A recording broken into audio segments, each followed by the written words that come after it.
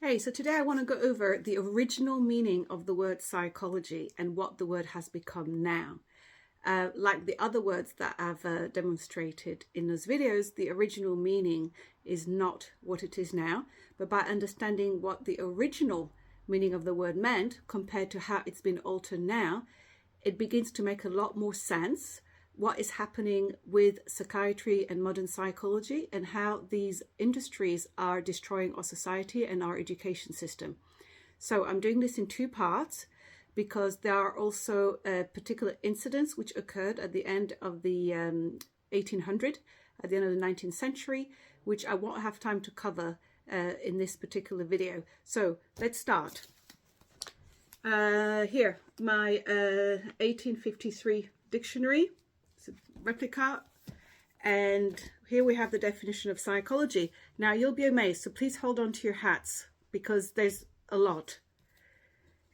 Here we go. Psychology, a treatise on the soul, inquiry into the nature and properties of the soul. Now a treatise is just a discourse, a written discussion on a topic. Okay. Now what does the dictionary say at the time? What did humans, or at least in the Western world, consider a soul was? A soul, the immaterial and immortal spirit of man, intellectual principle, vital principle, spirit, essence, human being, active power. Okay, so this is that time. Now let's have a look at this next dictionary, and that's 1865 Collins. Psychology. From Greek psyche, which means the soul, and logos, which is a discourse or study of. A treatise on the human soul, the systematic or scientific knowledge of the powers and functions of the human soul, so far as they are known by consciousness, mental philosophy, metaphysics. Now, metaphysics, very quickly, at the time, and it is actually the definition of metaphysics anyway, it's a part of philosophy, and it is a science which investigates the origin, principles, and causes of living existence. The science of mind as opposed to matter. Mental as opposed to physical philosophy. Now keep that in mind, right? As opposed to matter. Okay? So that's a 1865 definition. And let's just see what they say for soul as well. What did humans at that time consider soul to be? And it comes from, let me just get the right one there. That's it. So it's actually just from the Icelandic and Old English. It doesn't have any sort of particular meaning that it gives. It just says it's from those words. Now it says the spiritual, rational, and immortal part in man. Sometimes the intellect only, the understanding, the seat of real life or vitality, the animating or essential part, spirit, essence, courage, fire, grandeur of mental or moral qualities. You get the picture, eh? Okay, good. So that's 1865. Now, I want to tell you something here. This is a 1911 Encyclopedia Britannica. And just to show you a treatise, there is a 60-page treatise on psychology. And I've marked it because there's important bits in there. But 60 pages, 130,000 words.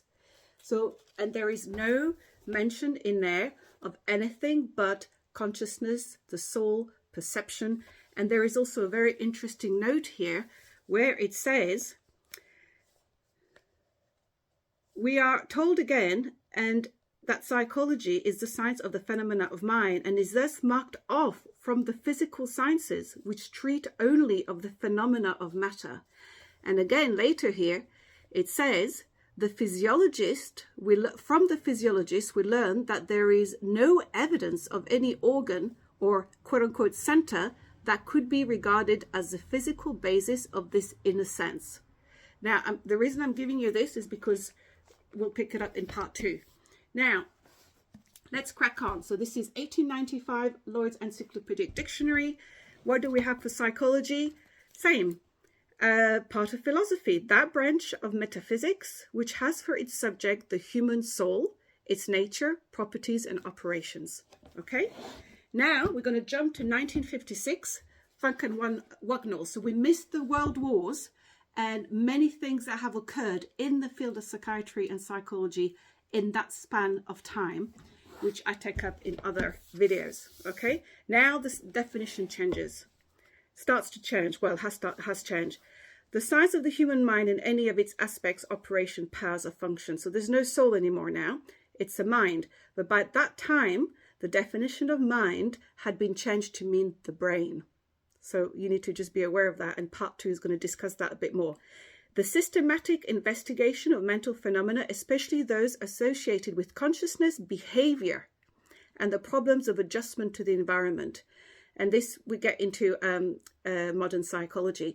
Now, adjustment to the environment suggests that the human is a pawn, right? A pawn in the game. He adjusts to the environment.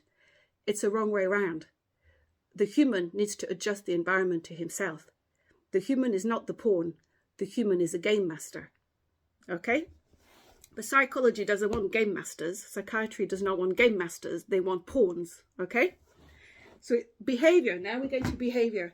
And we're going to a modern dictionary. And I'm just using the Webster's this time because it's just a modern dictionary. And here, psychology, the science of human and animal behavior.